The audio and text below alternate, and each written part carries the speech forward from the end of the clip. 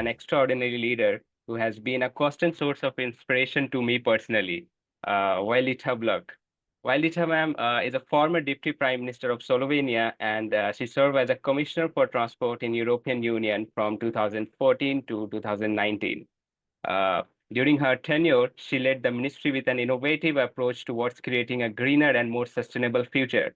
She's also the curator and founder of Eco Civilizations movement, and her relentless work toward the betterment of mankind serve as a profound source of inspiration for all of us. It's our privilege to have her with us today. Welcome, Violeta ma'am. We are happy to have you today with the Meet the Leaders session with Noida Hub. Ma'am, today we have shapers from Global Shaper Community Noida Hub, representing diverse professional background. Some of us are college student, some of us are educator, entrepreneur, artist, and we have amazing grade 12 students who are on the border of starting a new chapter in their life, one that will demand resilience, smart work, and innovation. So without further ado, I am honored to hand over the floor to our distinguished speaker, ma'am. Uh, Over to you, Thank ma'am. We'll love to listen to you.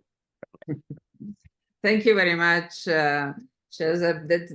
I still remember your energy when we met, you know, and I was so encouraged by receiving your message. You're a great leader yourself, an inspiration to the youth, and I know that everybody around you is an inspiration to you as well. So I'm just a little dot in this huge universe, but imagine yourselves as dots, and we all count, because without these dots, there wouldn't be any universe. So I'd like to invite you to recognize this beauty in yourself, which sometimes it's hard to see with all different pressures around us when others are telling us who we are supposed to be or what we're supposed to be and how we're supposed to behave and how we're supposed to see the future. But the beauty is that you allow your light to shine through you, because that's what the world needs, your light. Yeah, we don't need the one perception, because that's what this beautiful world is all about, is diversity that creates all the beauty that we could, if you want, you could see it around you too. Just look at the tree, look the way how they connect trees among each other, how they learn from each other, how they connect with fungi, and how the trees would not have information network without fungi. Fungi is the information network of the forest. They tell one side of the forest compared to the other when there is a storm or a fire, and you know the entire forest then starts protecting itself. The leaves, the seeds, everything changes in the forest when this information is spread. The same, you could observe how animals and plants and collaborate.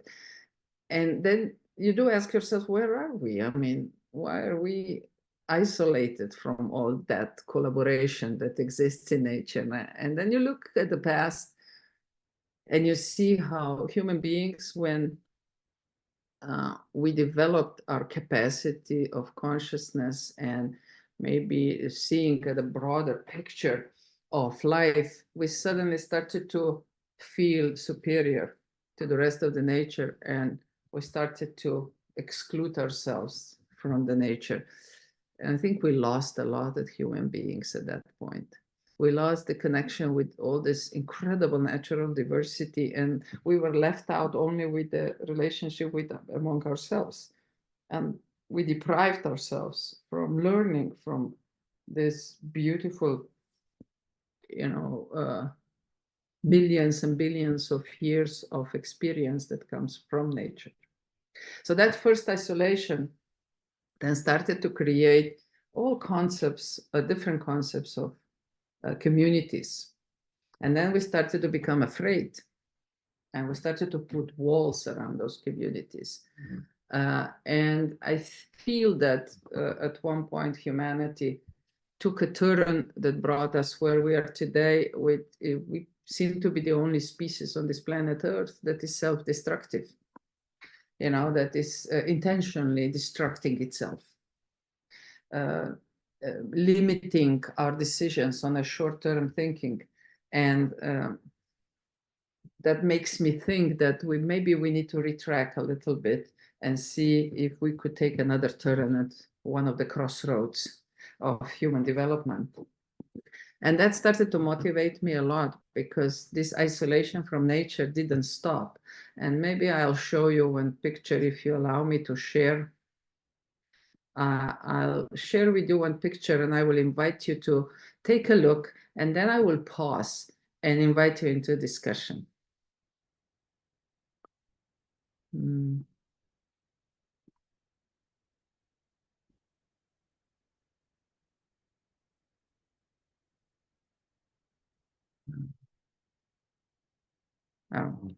So the way how I see the world today is really that we started to organize ourselves among 3 different ecosystems.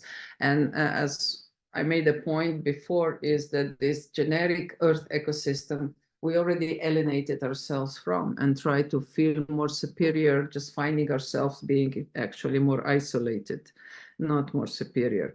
But in order to continue our path that we decided with this isolation, we started to create communities, and I call that urban systems. That could be villages or cities or any kind of man-created structures that serve us to self-organize.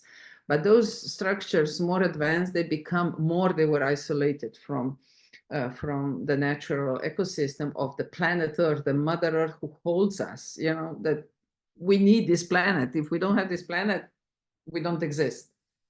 So within these urban systems, the concepts of leadership started to evolve because we had to start controlling.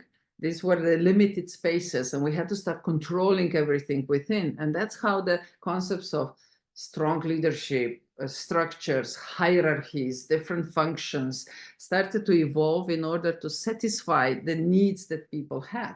And we could see throughout the history that these communities that were formed were more and more overwhelmed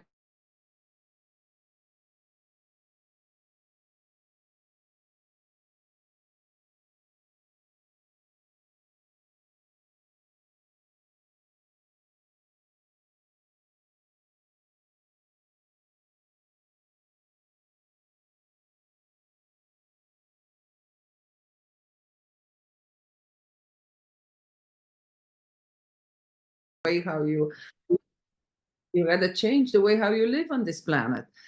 We didn't hear it. So we're constantly in this loop of self-destruction now. And we hope that new technology will help us to understand better and see the big picture. Yeah.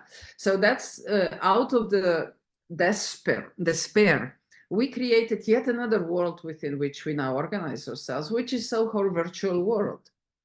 And those rules that we created within urban systems that have hardly anything to do with genetic Earth ecosystem, with the natural rules, yeah, the rules of nature, we now created yet another space where we are allowing ourselves to create a completely new set of rules within which humans can engage.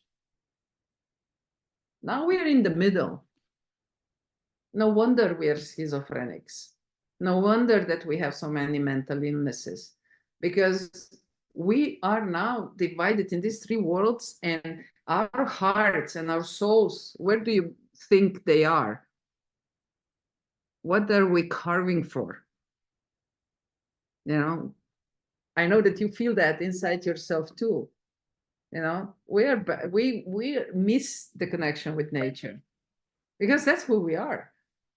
And then we try to push ourselves to accept the urban ecosystems. And now we are all of a sudden thrown into this virtual ecosystem, who are not only that we are alienating ourselves from the nature, in urban systems, we started to alienate ourselves from each other. We put walls, we put these concrete buildings, we pushed all the greenery out of it because we needed space for cars, for new industry zones and things like that. And that really put lots of shadows on our souls.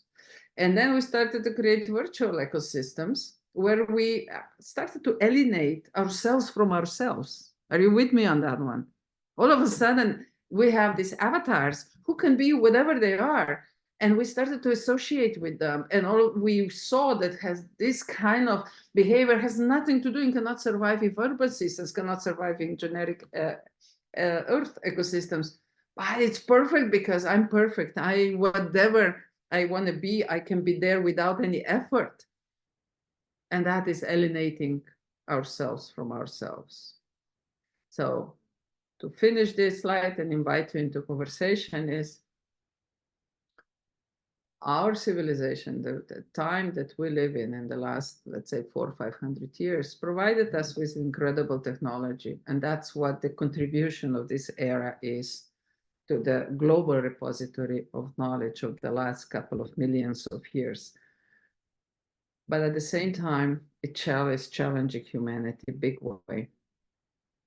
And I'm hoping the technology, we had the capacity to turn technology into tools and not goals. So instead of giving up on humanity and creating this positronic transhumanization that will make humans as we know them today obsolete, I'd rather invite us to work hard on expanding the capacity that we have on emotional, spiritual, social, physical level, and really use the tools to learn how to human better. What do you feel? How do you feel? What kind of questions have arisen in your souls and hearts while listening to me? And you don't need to agree with me. Any comment is welcome. Hi, I am the founding curator of the Noida. There is an echo, Diksha, that I think I needed to hear you today.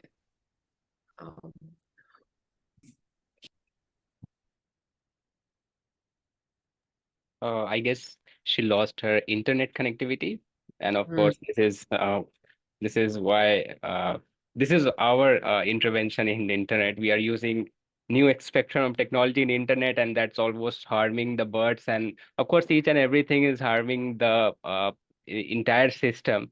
Uh, I guess her internet is restored. Yes. Is it better now? Yes, wonderful, lovely. Thank you. Put my earbuds on. I guess whatever you said, I could so relate to it, the alienation part, and how we subconsciously do it, or maybe consciously do it. We know the repercussion, we yet do it. I think I needed to hear that today. So thank you so much for sharing what you shared. I'm still taking time to absorb what you've done, what you've shared. There's a lot going around me, and I think I needed to hear you today. So thank you so much for that. Thank you for your reflection, Diksha. Thank you very much. Anybody else?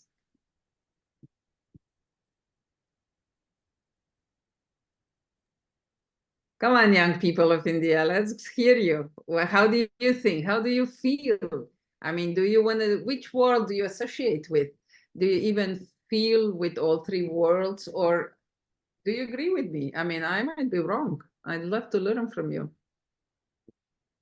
Hi, Violeta. I'm Simran. Thank you so much for what you've shared with us today. The way you ended and when you said how to be human, how to be better at being a human, that really resonated with me, and I think that has stayed with me. And initially, when you started and you mentioned that how we're disconnected and the shadows are now on our souls of the urban ecosystem. So I think I completely agree with the aspect that the generic earth ecosystem we're actually disconnected with that. We're not grounded. We are not earthed properly. So that is something where we need to expand ourselves more, open ourselves more, and yeah, build a better world so that we're better at being human. Yeah. Thank you very much, Simran. Shazab mentioned that there are also educators in this group, right? And I can see you're probably both of you, right? And I was wondering, last week we had this beautiful conference on water and soil, and there were good cases from all over the world, including some teachers presented incredible stories of forest gardens or just ecological sort of interventions that schools are undertaking and motivating the entire community to clean up their spaces, to be able to really enjoy the nature without garbage and without violence. So I was wondering, do you have project like that in India? And are you activating yourself in similar projects?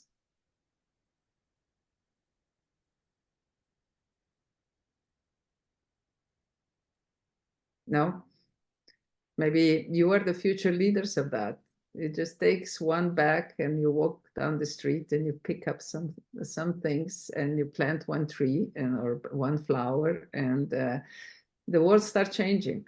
That's exactly what we saw from Bolivia. It was an incredible story of one teacher and one classroom who just fed up with having the dirt around their school, and they started to pick up garbage. And a year later, tons of garbage has been picked up in the entire community, and kids are now making sure that their communities stay clean.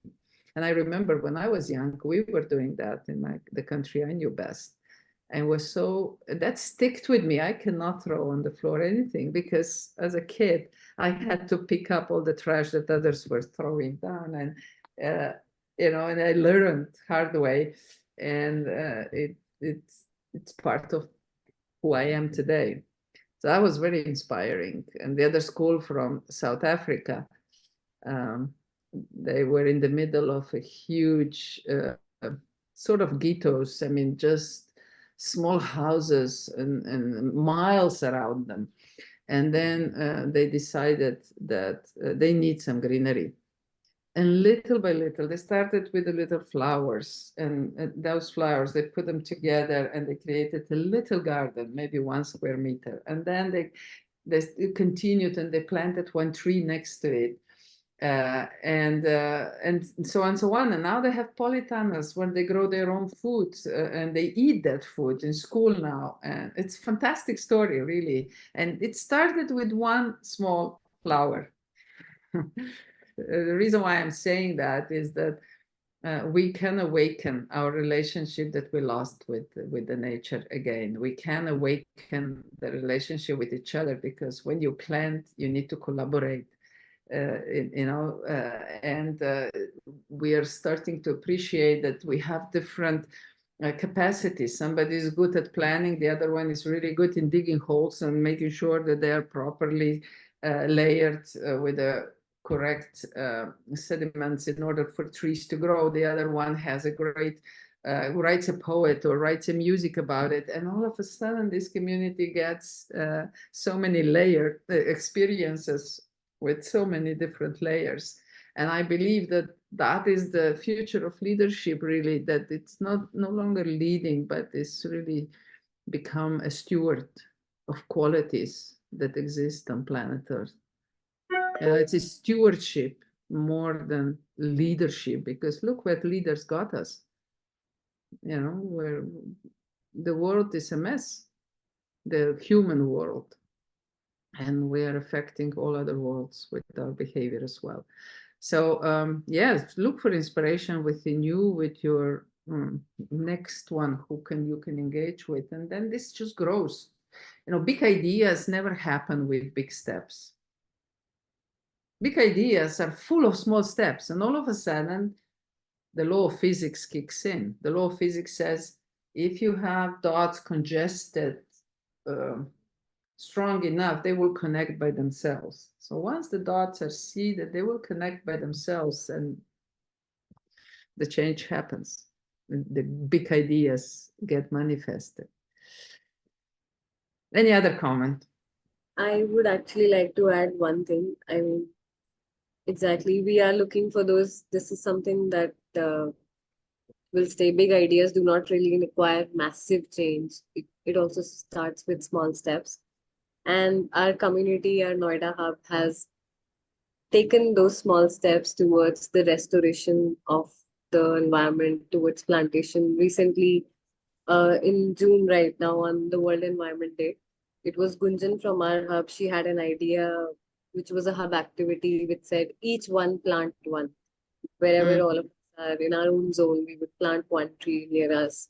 And we're also working on certain restoration projects, and that involves saving wetlands, ensuring that the bird species in those wetlands are restored.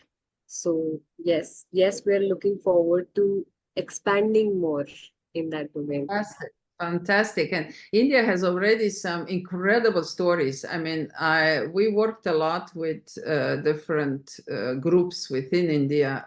I don't know, we didn't talk about it, but it was mentioned in my introduction. I lead so-called global eco-civilization movement. Yeah. And within that movement, we published now 2 books, last year one and this year another one. And let me just show you, and you can download them, and you will find also the stories and articles from India that could be additionally inspiring for you, but also stories from all over the world. Yeah. So there is a free circulation of circular economy and water, the essence of life, which we just published last week, and they're all on Eco-Civilization page. You can download them, use them. But if you're in business, way back, I wrote a very successful business book, Rhythms of Business Evolution. And because I also gave it now for a free circulation. You will see that once you understand the rhythms of nature, you can bring them in any element, in any layer of your life, even in business. And as a consultant, I worked with so many different companies for the 14 years I was an entrepreneur. And we worked with the basic laws of nature within the companies. And those companies are even today still successful. And because we managed to awaken the inner spirit of a company through inner strengths of our employees and all the partners around them, business partners, suppliers, customers, a local community, university circles, and they still work in that spirit. And it has nothing to do with competition. It has to do with your own evolution. Yeah. So not to go too deep into that, but if you're interested, you could pull down this books, and sort of the basis for eco-civilization is this book, The Magic of Contribution, where we described how to awaken communities and how to bring them together with a very tangible examples, and all that is in a free circulation. So if you're interested, go to Eco-Civilization page and just pull them down, and hopefully some of them will help you also at your work and in what you want to achieve. Yes, ma'am. Thank you for sharing, Violeta. And I'm very grateful that you've helped us understand the importance. And I mean, it's really important that we inculcate this mindset to the students at a very early age, because, like I said, it's a mindset. And this needs to be a part of every single student, every single child, that this importance for the environment should be there. So thank you so much for sharing your insights. They were really, really helpful. Thank you very much for your reflection. And I would be even more interested in maybe a half a year time when I see if any of this you manage to manifest and create a difference within the circles that you are active. That would be awesome. information. And you know, Eco-Civilization India is really active. You have a wonderful leader, Arti from New Delhi, and she already is setting up nodes in all, I don't know how you call them, they're not republics, but States. states, yeah. States, yeah. Yes, in all states, and there's some inspiring people, especially one young green activist from Kerala. She's amazing. So all kinds of people come forward, and also you can find all the members on Eco-Civilization page and look at them, you know, and you don't need to join to be active, but just, you know, knowing that they exist, they can connect with them if you want to get something done. I think that's important for your own self-confidence and a bit maybe a support or push in making your own steps. Any other questions or comments based on that? Thank you so much, ma'am, for sharing the insight. I'm pretty much sure our student must be waiting for their conversation with you. We'll take 2-3 questions from our student. Before moving, if anyone from the hub would like to share something before we move to the questions of our children.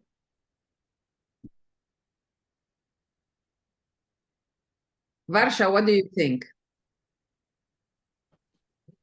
Hello, my name is Vasha, as you know. Nice to meet you, ma'am. My question is that what were your core beliefs that guided you approach to promoting sustainability during your tenure as European Commissioner Transport?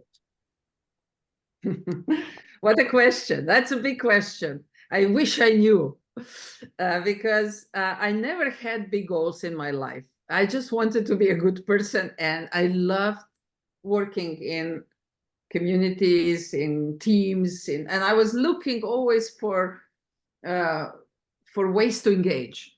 Yeah, and then I was always surprised where life took me. So if you want my quick story, I was very sick child, really, very kind of, I wasn't even sure if I'm going to survive the first years, but I had this incredible love for my parents and my community circles.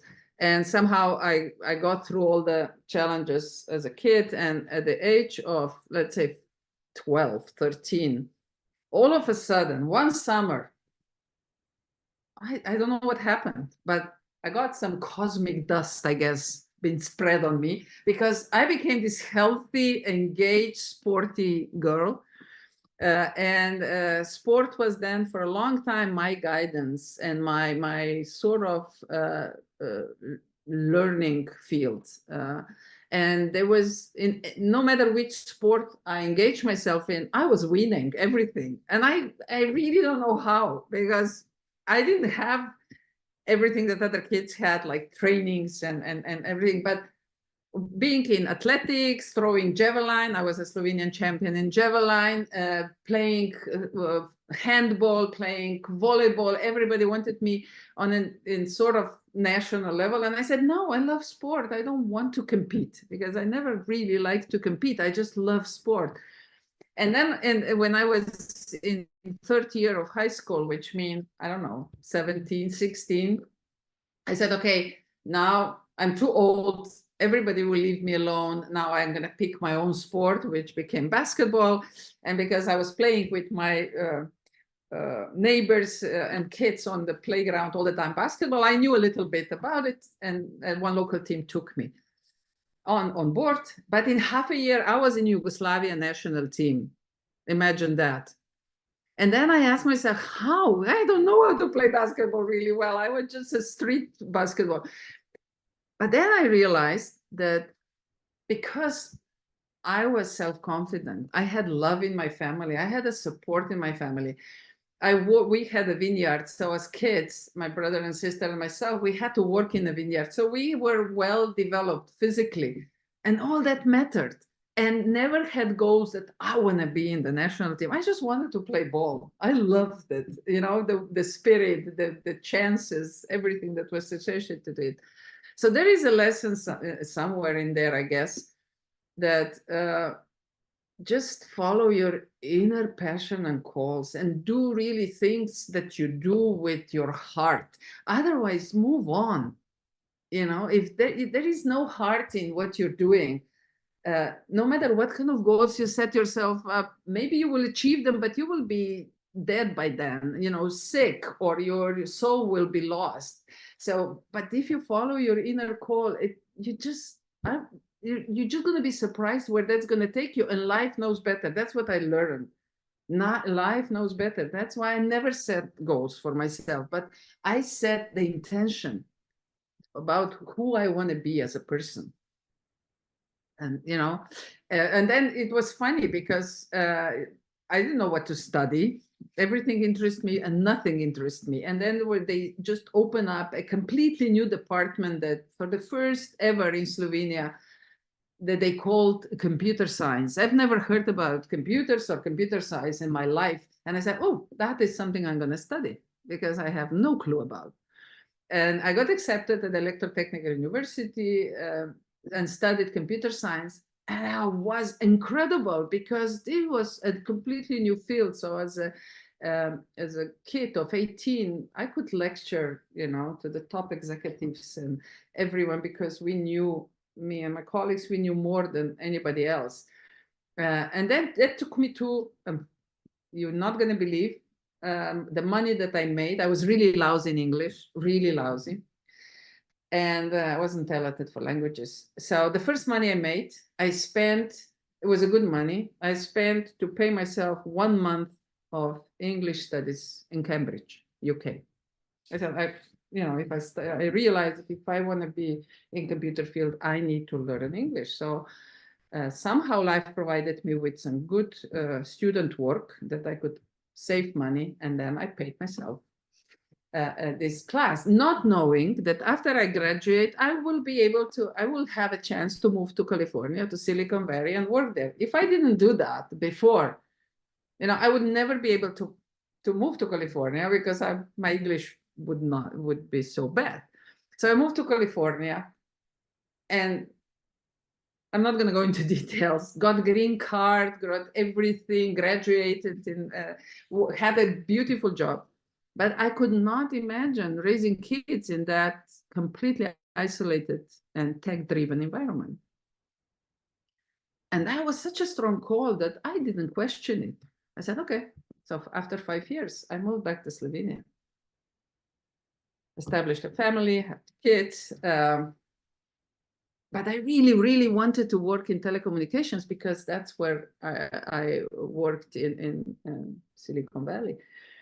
And they wouldn't want me because knowledge I had nobody ever heard of. And they said, well, we don't need that, which was TCP/IP, internet, you know, network-based solutions. And I said, but I really want to work for Telekom Slovenia. And then the president said, look, I know that my head of units don't want you, but I somehow sense that your knowledge might be useful for us. Would you settle for a translator job? Because that's the only one that we have open. I said, sure, I'll take it. So that's how I got into a company. But of course, after half a year, I had my own department, and the rest is history. Telekom Slovenia became a TCP/IP-based company very soon after. And again, but there was a political framework within telecommunications, and they really pushed me to do things I didn't believe in. And I said, after 5 years, thank you very much. I'm too young to comply.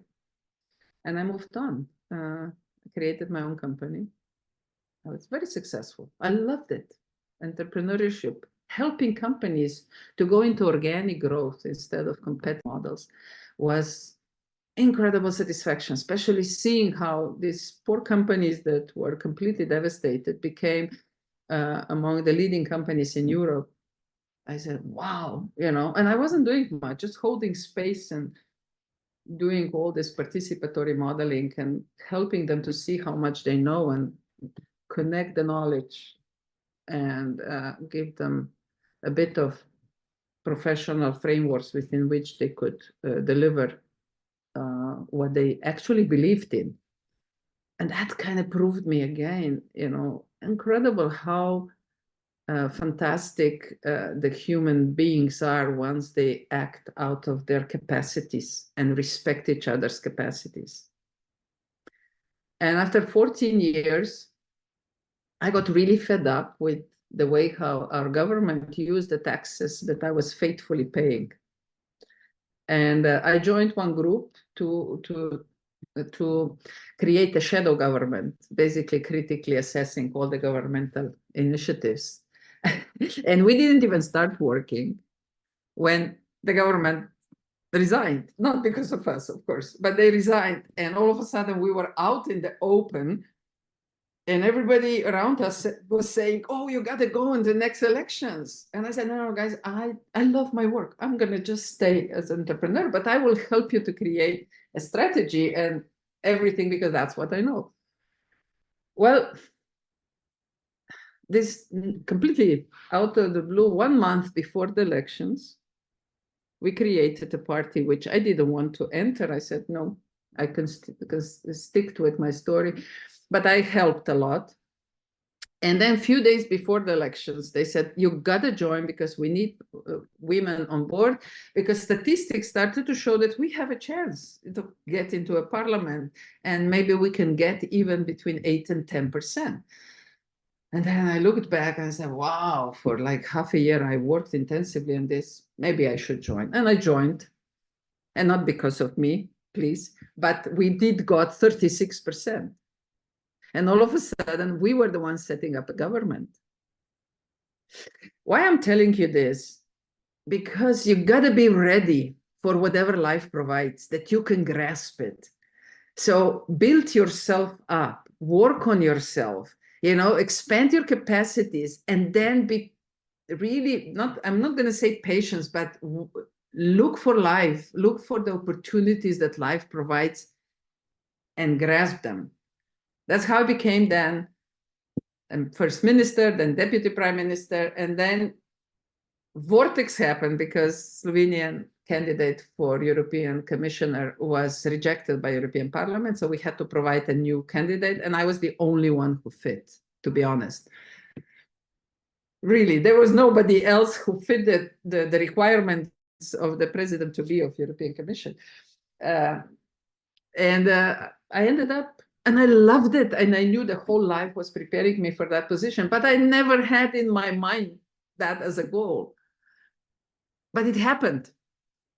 Life provided, and I was glad because I was ready for it. Are you with me on that? Yeah? Yes, very So inspiring. I just wanted to share that. And after I was done as a commission, I knew that I gotta give back to this incredible society a lot, because look at the life that I've had. So that's why I created this movement, Eco-Civilization. And it's again so nourishing. We are now in 48 countries. I just had a meeting today with 2 more. So we're probably going to add by the end of summer 2 more countries. So we'll hit the 50. But again, it's happening. I didn't ask for that, but it's emerging, and I have a responsibility now to hold the space for that. I'm sure, are you with me on that? It's life has so many incredible things as intrinsic systems incorporated in life itself. And if we think we can dominate that, we're so wrong. Humans, there's no way we can dominate that. We got to work with it. We got to work with that. And life provides. I mean, I'm not rich by considering the global standards of richness, but I'm so rich. I know so many people. I speak to you today, you know, and I have comfortable life to the point that I can deliver what my obligations are and my path is. And I've never had too much money, but I always had enough to support the path. Yes, Diksha. Yeah. Thank you for sharing that. I understand, like, when we talk about life plans for us, or we say we didn't have goals, and yet, like life had plans for us. But when you're going through those hardships, and I'm sure like there must have been situations in your life where things are not okay, and I mean, whether it's hormonally or it's just like you attain a certain age, and then you know that your body is going to act out, or the situations around you, because the situation in India is difficult. Like, if I just look at the narrative right now around me, whether it's the government, there's a lot of things going on. So how do you then at that moment like keep yourself grounded, or just Okay, very know good. that life is a plan for me? Yeah. Very good. When I moved, I mean, I didn't come from a rich family. My family was just started with one suitcase in a one small room, and one bed, one table, two chairs. That was the beginning. But my parents both were, they believe in knowledge, and they studied. And we were, as I was growing up, our status constantly was improving. And I had faith in knowledge and capacity to do things that you feel they're the right things to do. That was a support. But it wasn't easy. When I was a student, oh my God, I mean, many times I didn't have money for anything, but we created spaces for ourselves. We were singing a lot, playing guitars, and finding the way to nourish our lives without money. We used public transport all the time. Nobody had private cars at that time as a student. When I moved to US, it was hard. When I was studying, I had $3 per day of allowance for myself. I didn't have, it was hard. But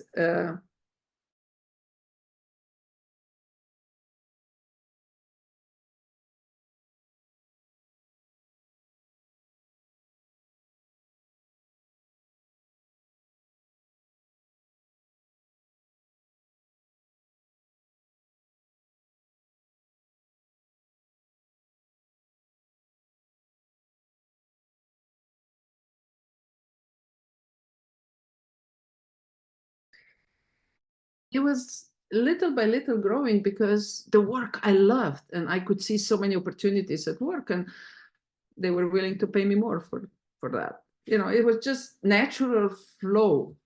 And I know I made many people angry, because there were so many ambitious people around me that just didn't get what they wanted. And I learned through their stories that maybe being too eager to get something deprives you of seeing opportunities that emerge in a broader sense. And you then don't pick those that are better for you, because you're so obsessed with your own goal. I had troubles a lot with my marriage, because my husband had hard time to cope with my nature, let's put it this way, with curiosity and just things happening to me. He was the one who had goals and could not fulfill them. And I ended up getting divorced, which was a shock for me. I never planned that, but there was no other way at a certain circumstances.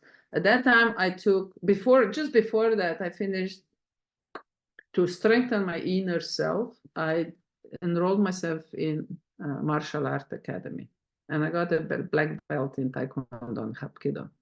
That really shaped my inner structure, really shaped it up. But when going through the divorce, there were so many other issues that started to pop up that was not enough. So I enrolled myself in Shamanic Academy, and I finished Shamanic Academy just to get this ancient knowledge about cleaning your soul. And that was great.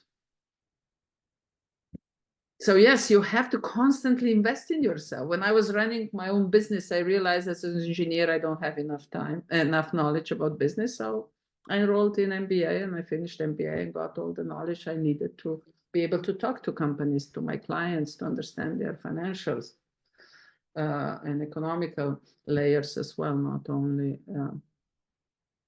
relationships and human related issues.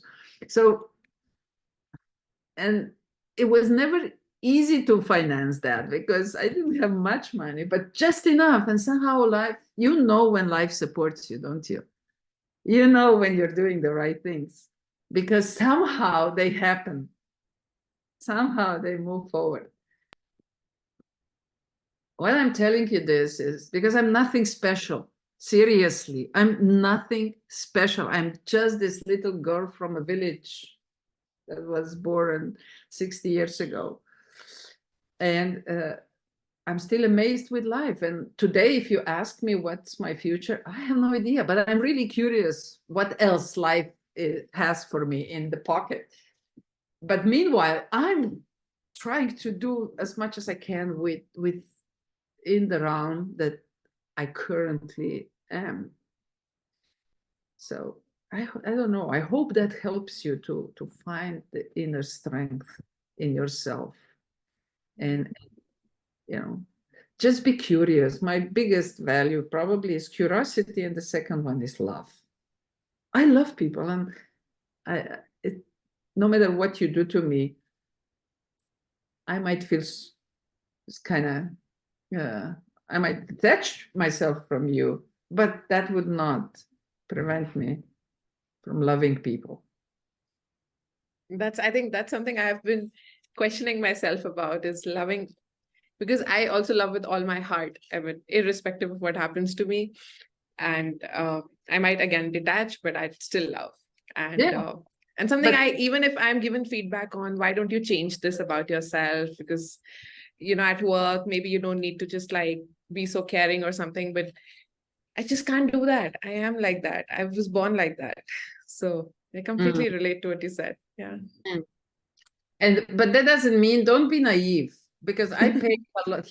That I will invite you definitely, especially if you enter the business. Business is a very pragmatic and cruel world, yeah, with its own rules. You don't need to obey and play by those rules all the time, but you need to understand that naivety has a high price to pay for. So don't be naive. I paid, I mean, twice in my life, they tried to get me into the fraud, and life protected me. For some reason, life opened my eyes, and I realized you cannot be naive in business. You got to be professional. You got to be, you need knowledge, and then be very careful and watch out for those that try to be mean. Those are people who have lots of shadows from their childhood. Maybe they even brought it over from their ancestors. But there are lots of people with lots of shadows in this world. And the only way that they know how to react until they clear those shadows is with bad emotions, with negativism, with, you know, trying to take other people in their world of shadows. So that doesn't mean, but you still can love them, but you do not allow them to destroy you. Those are usually psychopaths, narcissists. There's lots of narcissists today in the world, especially in the top positions, because they're the easiest to manipulate. So they're usually put there by interest parties to be manipulated later. So yeah. But at the same time, so many beautiful people out there like you are. So try to find them and connect them. And if you have to work with people with shadows, make sure you protect yourself. and don't be naive. Don't try. You know the triangle that the industrial world is captured in, and I don't have a slide ready for that because I know we're going to go this direction, but look, it's a triangle that says victim, attacker, and a savior. And the entire society is captured in the victim, attacker, and savior, and a little bit of everything we have in ourselves. Yeah, it's nothing wrong to admit that. We do. We want to be a savior because it feels good when we help somebody. We want to be attacker when we're angry and we try to use somebody else's weakness in order to put ourselves forward. Or sometimes it's just nice to be a victim because everybody takes care of you, right? Yeah, but all these are vicious roles. So be aware of them. And it is up to us now to exit the triangle and stop playing roles. And another world that doesn't need roles is the world that has a different triangle. It has trust, it has relationship, it has love.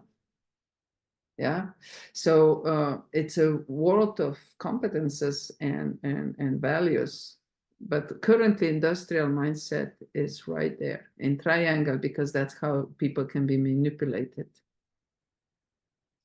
And we're exiting that. The planet Earth is going into a new cycle. 12 years of 12,000 years of stability is ending, which means the Earth will go through some evolutionary changes, and that period there is lots of instability in weather, in temperature, in biodiversity, so we gotta get ready for that, and we can get ready only together.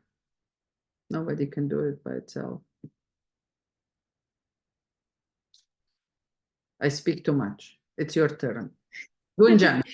Gunjan, tell me, you wrote a little note there. Why don't you share your thoughts?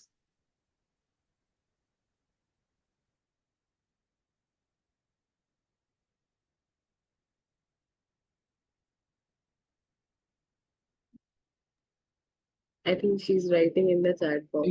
She needs to unmute, but maybe Shazep, you can help her because you are host. Yes, I'm trying. I'm asking her to unmute.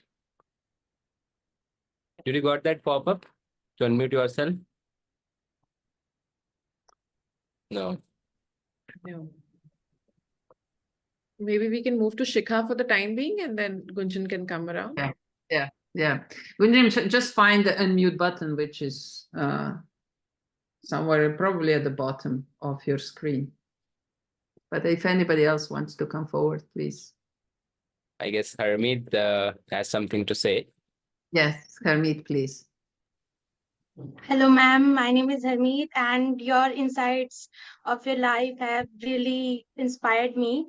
And so, I want to ask you a question: is there any lesson or insight that you wish was told or taught to you when you were in school? What key advice would you give to the Generation Z to help them navigate their personal and professional journeys more effectively? Wow. Oh my God. I was a little rebellion in school. But luckily got good grades, so teachers tolerated me.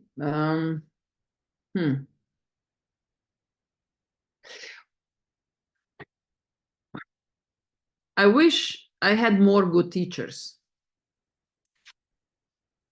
I had a couple of very inspiring teachers, those that pushed me to think, that pushed me to gather information myself. They didn't try to push me to repeat what they were teaching us, but they wanted to hear an opinion. Like geography teacher, for example, her exams were like, she said, okay, this part of the world was created in Jura. Based on what you know about Jura period in the Earth history, now tell me, what can modern society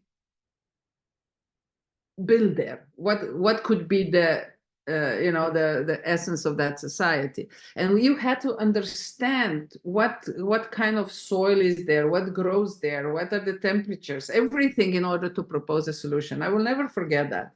That really pushed me to understand conceptually the consequences of a certain conditions and how they impact the human-based societies, for example. So I wished I had more good teachers. Too many teachers want us to repeat everything that they tell us.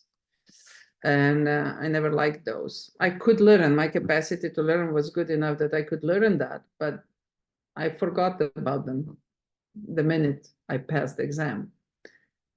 So that is something that I would certainly encourage you if you ever end up being a teacher.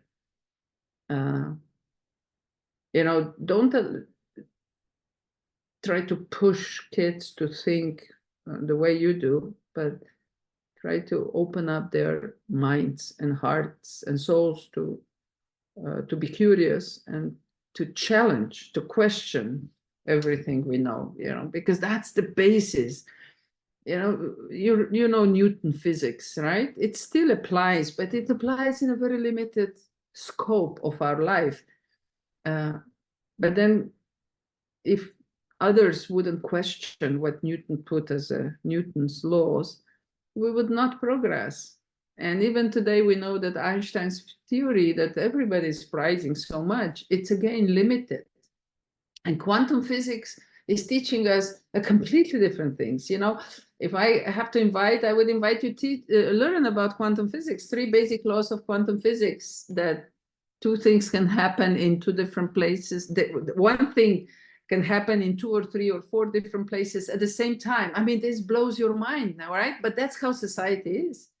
The same ideas are popping up everywhere around the world. The second laws of physics is teaching you that everything is connected. So yes, the butterfly effect works, and they proved it on the level of quantum physics. So if something happens in India, it affects livings in Ireland or Slovenia or in New Zealand. And we need to be aware of that. We are each other's preambulas. And then one more thing is that the third laws of physics, which is the most amazing ones for the way how we live today, is that it says that the observer matters. You know, everybody present today, all of you matter, and you all shape, if you're quiet or not, the content we're discussing today. Yeah, the observer matters, and it's worth check that it's a wonderful video, quantum physics, the observer's law, and check the video on there. You have a cartoon, you have professor describing it, but it's fascinating, the impact of an observer on the experiment on the quantum level. I mean, if only we thought in school these 3 laws and then invite everyone to elaborate everything that's going on within these 3 laws of quantum physics, we would look at the world in a completely different manner. But I know we are yet to discover a new physics, and it's emerging and it will pop up. And like the breakthroughs, for example, one of the biggest breakthroughs that came from the astrophysics is that love is not an emotion, love is a frequency, and it's a frequency of light. Yeah, I mean, think about it. Think about it. It's not something only here, but it is a cosmic energy. Unbelievable, yeah? And until shamans were talking about it, nobody paid attention. But once astrophysics proved it, now it's a law. And things like that. I mean, life is constantly changing. Our awareness is constantly expanding. So yes, things hold in a certain space and time. But every moment is new. So we gotta question everything. We gotta pay attention under what kind of circumstances a certain wisdoms emerged, or knowledge especially, Wisdoms have a much more filtered time span, but knowledge is perishable. Are you with me? It's like fruit. You got to eat it at the right time, otherwise it's going bad. Or if you eat it too early, it's not tasty either. So, but being aware that knowledge is perishable, being aware that a lot of understandings you have to question. Just take a look at the medieval understanding of the world, and everything will be clear to you. Yeah. So how many kind of limited understandings we have in our time that in 50 or 100 years time they will look back and say, oh, that's what they thought. Interesting. And that's the beauty of life. So I'm not sure if I answered your question, Hermit, but go ahead. Thank you for sharing that. So Gunjan, can you unmute now yourself? Okay, go ahead. Hello, ma'am. Sorry, actually, I was like unable to unmute myself as the mic was disabled earlier. But yeah, your words are truly inspiring for me. I can totally relate with the thing that you have just shared. Like, even if we have, financial constraints, then also we can achieve our goals and dreams. If we have that curiosity in ourselves, if, we want to do something, like, then the financial constraint doesn't matter. You find your way to move forward. And that's what I also did in my life. I had some financial constraints, and so as I wasn't able to pursue my higher studies, but then I got an opportunity with an NGO which works for the empowerment of women, and they support women or girls for their education. And then I got that opportunity. I have wrote exams and gave interview, and then I got selected for the sponsorship for my graduation. And so yeah, we find our way if we have that curiosity and we really want to do something and we are confident enough. And then later I got introduced to this Global Shapers community, Noida Hub. uh, I was very keen to give back to society. I truly think that the purpose of life one should be giving back to society. So I truly found my purpose working here. Like, and that is how to give back to society. I always think about that only. And as Simran just shared, I recently conducted one activity which is plantation drive in our hub, each one plant hub. And these things makes me happy. And people like you always inspire me to do great in my life. So yeah. Thank you for sharing, Gunjan. This is a lovely demonstration of what we were talking about. Yeah? And there will be disappointments, and it will fail, and it will hurt, either on a personal relationship matter or on things that you thought you got it, or you thought that you were right and others will prove you wrong. But there is always lesson in it as well. I'm not the one who would say you need bad things to happen to you in order to learn. I think you can learn from good things too. But if they happen to you, take them as a lesson. I've had them. A few I shared, but there've been many. And I just asked myself, okay, what is life trying to tell me here? And it's not only linear. Believe it or not, right now I'm in the process of really detaching myself from a lot of material things.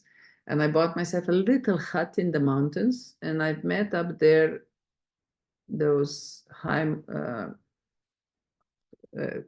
farmers that live up in the mountains. And I developed incredible admiration for them. And they don't have schools. Some they have, but not more than high school. But they are so much in tune with what they love to do. It's inspiring. Seriously, just sitting and listening to them. So I spend now more and more time up there and just learning from them, seriously, because my life has been too maybe linear in a sense of classical achievements, and now there is so much more that I can expand on a horizontal level. And people who are very well in tune with laws of nature, there's so much you can learn from them. So the reason why I'm sharing that with you, that I'm encouraging you to look horizontally as well, not only linearly or vertically. And you will find incredible people around you that you can learn a lot from. I mean, I'm learning permaculture from my mom or from my older friends, and I learn about how to deal with natural disasters with my farmer friends up in, because we were part of a horrible natural disaster last summer, where we had one of those atmospheric rivers that came down over part of Slovenia and just destroyed everything, roads, bridges, lots of villages. For some reason, we still don't know how, nobody got killed, but it was so much devastation. And you learn that most of the devastated parts of communities were in places where in the past the river had a way to go, and then they were blocked. Our ancestors even named those places with specific names as a warning to the future generations, but we ignored them. That's a huge lesson there. Nature needs space too. Anyway, so yeah, don't forget about, I'm inviting you to see in all directions for lessons. And when you fail, ask yourself for your standards. Ask yourself, okay, what's life trying to teach me there? And I knew even in the worst moments, I knew that once I get through, life has something good for me over there on the other side of this experience. So far, so good. Thank you so much. I guess we'll have one last quick question from Swati. Yeah. Swati. Swati. Yes, so you Hello, can. ma'am. My name is Swati, and my question from you is that as an advocate for innovation and forward thinking, how do you believe young people today can cultivate a mindset of innovation and sustainability? And how can they be effective change makers in their communities? Well, I'm a wrong person to ask that. I'm old. You got to ask yourself, I'm always asking young people when I meet them. So what do you think? What do we need to change for you to be more active? What do you need in order to get more engaged? But first of all, what I would like to ask you is live your young life. You're young, you gotta experience, explore, be a bit naughty, be a bit irresponsible, be challenge life. You gotta allow yourself to be young. So don't look at us. Look, we screwed up this world, so why would you ask me for an advice? You could learn from my experiences, but don't you ever let adults to tell you what to do and how to do it. But learn from our experiences, because we made a mess out of this world. How dare I advise you? But I'm inviting you to talk and really experience life and learn, and then cross-integrate. What with the alienation of from Mother Nature and with the alienation from each other, we lost the cross-integration of generational knowledge. Yeah, that is really missing. Even we miss even further the cross-civilizational knowledge, because every civilization pretty much destroyed everything from the previous one just to prove that they are more advanced, even though they were not. But that's what we did, It happened in India recently, in the recent history, right? And you're trying now to recover from that. So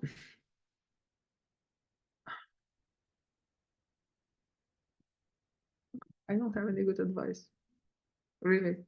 Just live your life, discover who you are, and then be aware that only together we can make a difference. But discover who you are. That's probably the most important thing. When I was seriously in trouble and I saw that my kids started to suffer, I could not help my kids until I helped myself, strengthen myself, and then I was able to hold the space for my kids.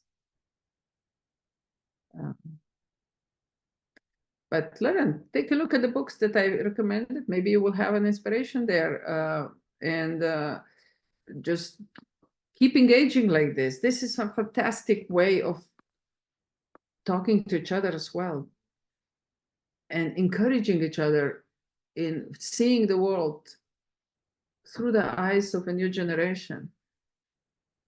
I was a big rebellion when I was a kid, and then little by little I learned, and I started to learn how to integrate.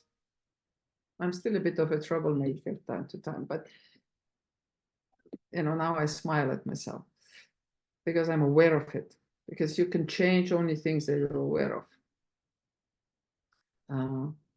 So yeah, but first of all, be young, allow yourself to be young.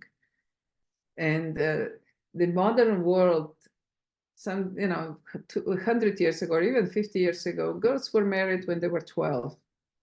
And what kind of life they had as a young person? They couldn't. And now this is growing.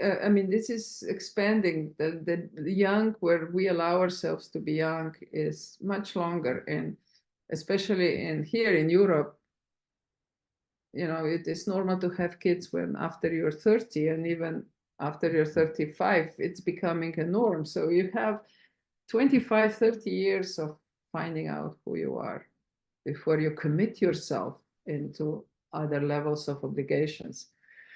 Not sure how it's on your side, but certainly, especially women, you help each other to be able to cope with the traditional frameworks, traditional ways of thinking and expectations. Maybe this is the last thing I'd like to share with you, is really, I discovered at one point that I have in my behavior, I could recognize expectations and judgments. And I was shocked. Because if you ask me, I was like, no, I don't have that. But then I realized I do. And for about 5 years, I was constantly working on minimizing expectations and judgments, because I realized that these are the two most destructive behaviors that you can have. So recognize what blocks you and work on that. What blocks you to be 100% of who you are. And you can use meditation, you can use, you have so many different things in India that we all learn from you. So I hope you can find something for yourself as well. Find the technique that works for you. You'll see. And when you look at yourself in the mirror, you gotta see a smiling face. Seriously. Until you don't see that, keep working. I see Varsha. Varsha has a sad face. Varsha, how can we make you feel happier? What could you do to make yourself feel happier? This is only you can answer. You don't need to tell us, but only you can answer. And when you smile, you have such a beautiful smile. It's engaging. But when you don't smile, your face is so serious. And so these are the things that you can work on. And I did. I worked a lot on myself.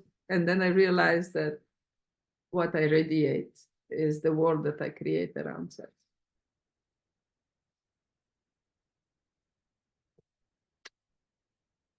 Anything else? we've been over an hour and a half almost. So if there is anything else I could share with you, but most of all, please tell me, have I inspired something in you? That's more important. I've been following you since a couple of years ago. So you've been my constant source of inspiration, and always texting you on LinkedIn that ma'am. So it's been Yes. always looking at your post contents, and it's always inspired me. Even I listen you over YouTube, some of your podcast or videos. So it always inspired me, and I just came up after writing my history paper, and then this could and this listening to you could not be better. My day was like hell. It was like all the thing in my mind, and then listening to you, inspired by you, gives me a real positive energy. And I guess all of our student and the hub members are inspired today from you. And I believe that we will take our oath and will set our goal towards better sustainable future, because uh, the life is to us only, but the aim is beyond our life. So I guess if anyone want to turn on your uh, mic and say something you want to say. Yeah, I'd go next. I think I really needed this session today. I don't know. I mean, the universe conspires or something. But, Absolutely. Life provides. Be careful what you wish for, because life provides. And you have to bear the consequences. I was like, hey, she needs to be here to save me. No, I could like really relate to every word you said, and there's a lot that I've noted down. I've even made the triangles. So I just want to keep looking at it once in a while to know which triangle I'm a part of. And that's a key takeaway from me for me. Of course, like everything you said made so much sense, and I'm gonna keep it intact. And if I can once in a while write to you, maybe that would be so helpful. Like if I can get your email address or something where I can maybe write to you. LinkedIn is probably the best way. LinkedIn? Otherwise, it's way too many messages coming on all channels. And I decided now I don't use Facebook messaging. I publish on Facebook sometimes, but I don't use messaging. But I do read LinkedIn. That's how we came about, Okay. Yeah, sure. I'll write to you on LinkedIn once in a while. But thank you so much. Like it means a lot that you took out that time for us and our students. And yeah, truly grateful, truly grateful. Thank you. Anyone else wants to share anything? Kritika hasn't said anything today. So what do you think, Kritika? Yeah, so my name is Kritika, and thank you so much, ma'am, for giving your time. I literally love whatever you said. I literally related the things you said. Yeah, so thank you so much, ma'am. Thank you. Thank you. And Shikha, what do you think? How do you feel? Ma'am, I want to thank you that you take out time for us and talk with us. And you are, I think, you are just think like us, because whatever you said to us, I think I can relate it too much with that. And so many things I have learned from you. Uh, I think you are such a good, like you have given us too much things to learn. So I want to thank you for that. And that's it. Thank you, Shikha. And Palak, what do you think?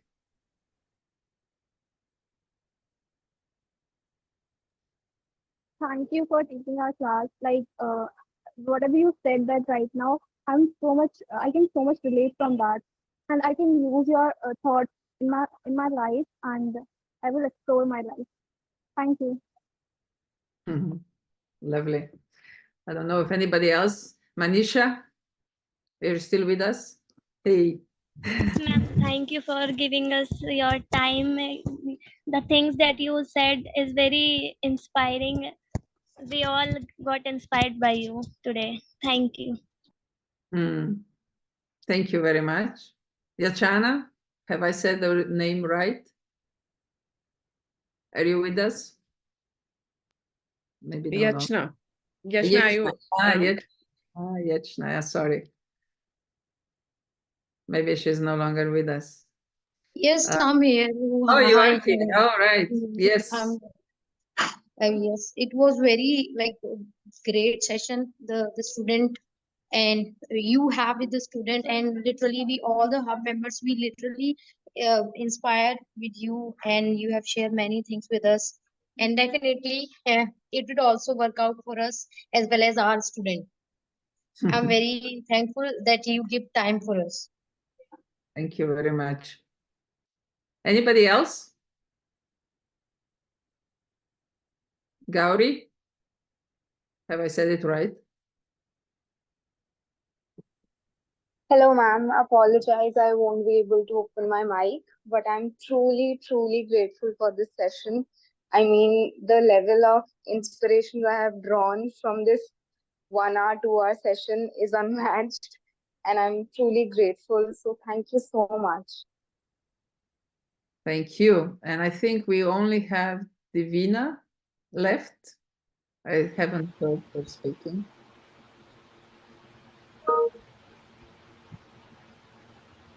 Oh, Simran, you unmuted yourself. Go ahead. Yeah, I think I would just like to say that I'm really grateful that you gave us your time. Thank you so much for that. And I feel absolutely delightful after this session. And one thing that I have drawn my biggest takeaway from this session is that what I really am will be the world around me that I'll create. So, yeah. Thank you very much for saying that. And Gauri and I, we were already discussing that we should explore more of eco-civilization India. So we'll do that. Super, super. Arti will be very happy. Yeah, we would love to actually. I think they're already partnering with Global Shapers to some extent. I'm not quite sure, but I've heard their name pop up in a lot of events. So definitely going to get in touch with them. Okay. Yeah. Anybody else? No? Then Yeah. Yes, go ahead. Yeah, I also want to share my biggest takeaway from the session, and that is, always be grounded. Like you, you took your time, to inspire all of us. It's really, really means a lot for us. So thank you so much, ma'am. Thank you. Thank you. Yeah. I think we'll taken a lot of your time, but thank you so much for doing this. And Well, I couldn't be more grateful. And this hub of ours, we're very few in number. I mean, like just 17, 18 odd shapers right now. We're trying to take out some time post work and contribute to the society, give back in a way that, it kind of empowers people around us. And the simple aim of Global Shapers is to at least inspire or impact one person a year. It's not a lot. We end up doing a lot of projects, but even if we just touch one life a year, that's something that they say we should do. And I have also kind of followed you through the World Economic Forum channel in some capacity, and I really hope we can have more collaborations. And definitely with eco-civilization, the first thing we're going to do is touch base with them as well, and figure out ways to collaborate. Thank you so much for taking out the time. It really means a lot. Personally, it helped me today. Like I actually am so happy that I attended the session, and I hope it helped my students. These are the students I taught when they were in school. so it means, it's a privilege to see them sitting with you, and I almost cried in between because it's like my kids have grown up. so, so yeah. So I'm so happy this is happening. Thank you, Shazi, for connecting us with her. I mean, it's such a privilege. Thank you so much. Thank you for holding such a lovely space for all these thoughts to emerge. Nothing happened as planned. So it was very inspirational and provoked by you. So thank you for that as well. And of course, Shazib, thank you very much for making it happen. And would be fun to meet you in maybe a year time and see how your lives have evolved. And maybe we can have another discussion at that time. But thank you very much. And Thank all you the so best, much. all of you. Thank you so much, Live ma'am. your lives, live your lives, and let life teaches you. That is, it's really powerful force. Bye. Thank you, ma'am. Bye-bye. Thank you. Bye bye.